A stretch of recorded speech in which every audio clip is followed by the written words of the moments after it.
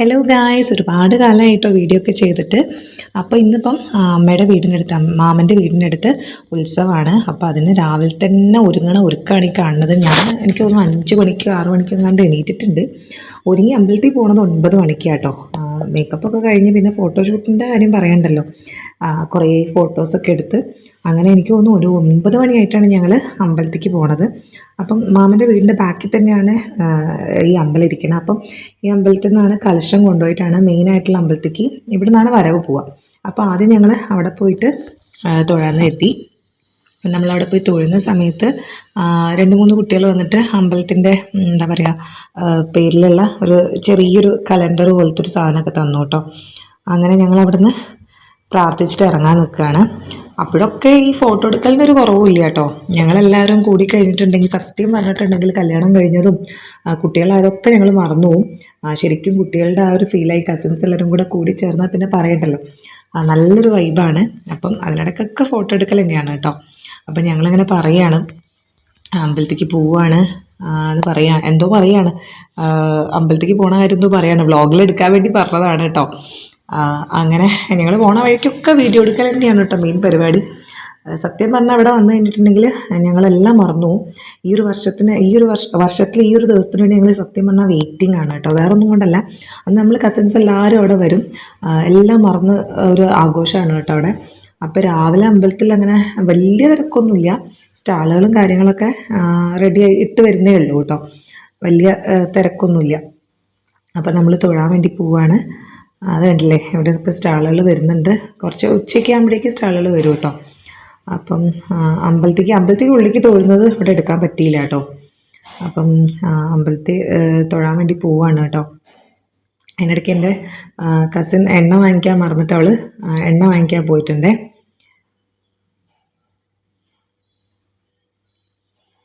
അങ്ങനെ എണ്ണയൊക്കെ കൊടുത്ത് തിരിച്ച് വരുമ്പോഴേക്കും അവിടുന്ന് കലശം ഇറങ്ങിയിട്ടുണ്ട്. കലശം ഇറങ്ങാൻ ഞങ്ങളുടെ വീടിൻ്റെ, ഞാൻ പറഞ്ഞല്ലോ, അവിടെയാണ് അമ്പലം ഇരിക്കണം. അപ്പം ചെണ്ടക്കാരൊക്കെ രാവിലെ ബ്രേക്ക്ഫാസ്റ്റൊക്കെ മാമൻ്റെ വീട്ടിൽ നിന്നാണ് കേട്ടോ കഴിക്കുക. അപ്പം ഞങ്ങൾ വരുമ്പോൾ തന്നെ ആ കലശം ഇറങ്ങിയിട്ടുണ്ട് കേട്ടോ.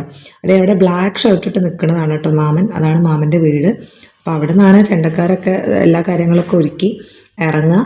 അപ്പം നമ്മൾ കൺഫ്യൂഷൻ അടിച്ച് നിൽക്കുകയാണ്, അതിനുള്ളിൽ കൂടെ പോകാൻ പറ്റുമോ ഇല്ലേ എന്നുള്ളത്. അപ്പം മാമനോട് ഇങ്ങനെ കാണിക്കുന്നുണ്ട് വന്നോളാൻ വേണ്ടിയിട്ട്.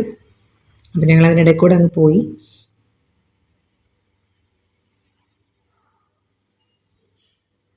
അവരിവിടെ നിന്നാണ് കേട്ടോ ഇറങ്ങുക. എല്ലാവരും ഉണ്ട്. ആ പുറത്ത് നിൽക്കുന്നതാണ് കേട്ടോ എൻ്റെ അമ്മമ്മ. മാമിയുണ്ട്.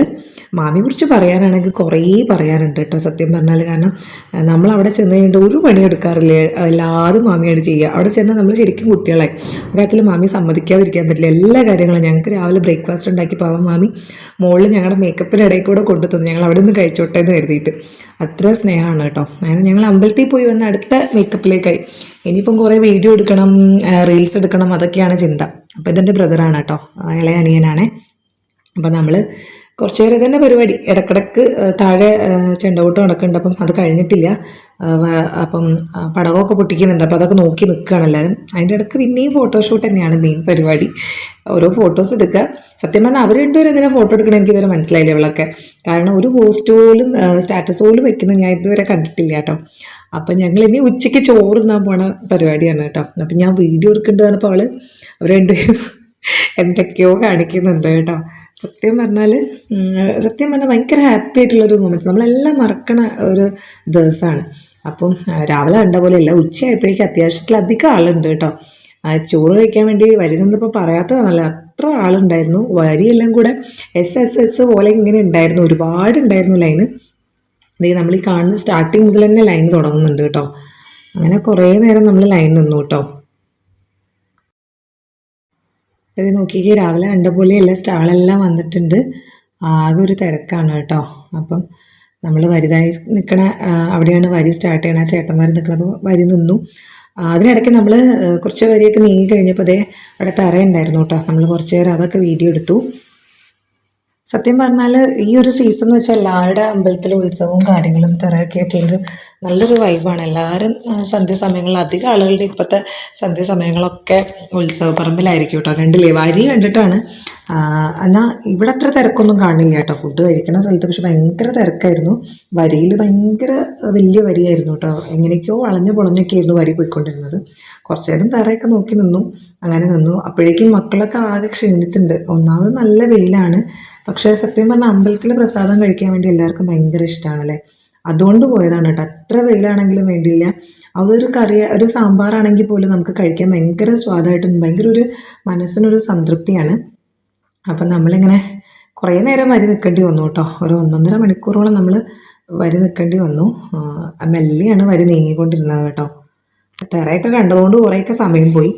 അങ്ങനെ ഫുഡ് കഴിക്കണ വീഡിയോ ഒന്നും എടുക്കാൻ പറ്റിയില്ല, കാരണം അങ്ങനത്തെ തിരക്കായിരുന്നു. അങ്ങനെ തിരിച്ചു വന്നപ്പോഴേക്കും എല്ലാവരും മാമനും മാമിയൊക്കെ വന്നിട്ടുണ്ട്, വേറെ മാമന്മാരൊക്കെ വന്നിട്ടുണ്ട്, എല്ലാവരും വന്നിട്ടുണ്ട്. പിന്നെയും നമ്മൾ അവിടെ ഇരുന്ന് കുറച്ച് നേരം കഥയൊക്കെ പറഞ്ഞ് സംസാരിച്ചിരുന്ന് നമ്മളടുത്ത ഫോട്ടോസും വീഡിയോസൊക്കെ കണ്ടുകൊണ്ടിരിക്കുകയാണ് കേട്ടോ. അങ്ങനെ രാത്രിയായപ്പോൾ നമ്മൾ പിന്നെയും പോയി തറ കാണാൻ വേണ്ടിയിട്ട്, പിന്നെയും പോയി കേട്ടോ. പിന്നെ കുറേ നേരം തറ കണ്ടു കേട്ടോ. നല്ല രസമാണ് കേട്ടോ ഈ തറ കണ്ടുകൊണ്ടിരിക്കാൻ വേണ്ടിയിട്ട്. ഓരോ തറയിലും ഓരോ കഥകൾ അല്ലെങ്കിൽ അവരോരോ ഹ്യൂമറൊക്കെ ഉണ്ടായിരിക്കും. നല്ല രസമാണ് കണ്ടുകൊണ്ടിരിക്കാൻ വേണ്ടിയിട്ട്. ഇഷ്ടപ്പെട്ട് കാണുകയാണെങ്കിൽ നല്ല രസമാണ് കേട്ടോ.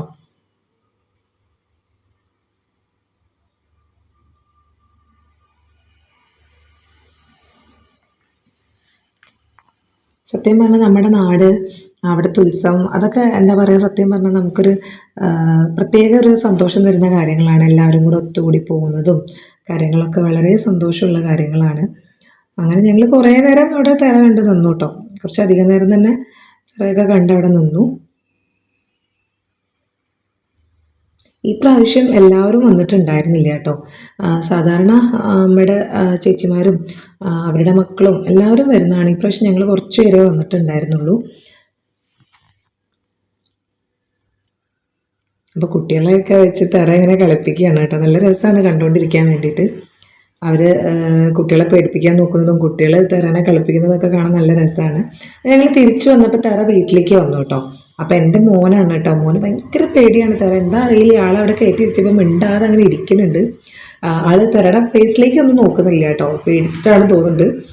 ആൾ മുഖത്തേക്ക് തീരെ നോക്കണില്ല. ഒരു ഇതിൽ ഇരിക്കുന്നുണ്ട് അവിടെ, ഹാപ്പി ആയിട്ട് ഇരിക്കണ പോലെ ഉണ്ട് കാണുമ്പോൾ. പക്ഷെ എനിക്ക് തോന്നുന്നു നല്ല പേടിയുണ്ടെന്ന്. അപ്പം എല്ലാവരും ദക്ഷിണയൊക്കെ കൊടുക്കുകയാണ്.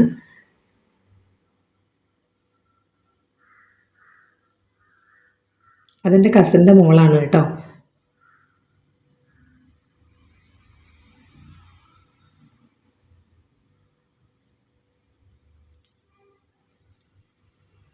അത് കഴിഞ്ഞ് ഞങ്ങൾ വീണ്ടും അമ്പലത്തേക്ക് പോയി കേട്ടോ. കാരണം എൻ്റെ ഹസ്ബൻഡ് അപ്പോഴാണ് കേട്ടോ വന്നത്. അപ്പം ഇതാണ് കേട്ടോ എൻ്റെ ഹസ്ബൻഡ്. അപ്പോൾ ആൾ ഡ്രൈവറാണ്. അപ്പം ആൾ ബസ് കഴിഞ്ഞിട്ട് ബസ് നിർത്തിയിട്ട്, പ്രൈവറ്റ് ബസ് ഡ്രൈവറാണ്. അപ്പോൾ ബസ് നിർത്തിയിട്ട് വന്നതാണ്. അപ്പോൾ ഒത്തിരി ലേറ്റായാണ് എത്തിയത് കേട്ടോ. അപ്പം ഞങ്ങൾ ഹസ്ബൻഡ് വന്നിട്ട് ഒന്നുകൂടെ പോവുകയാണ്, എല്ലാവരും കൂടെ ഒന്നുകൂടെ പോകാൻ നിൽക്കുകയാണ്.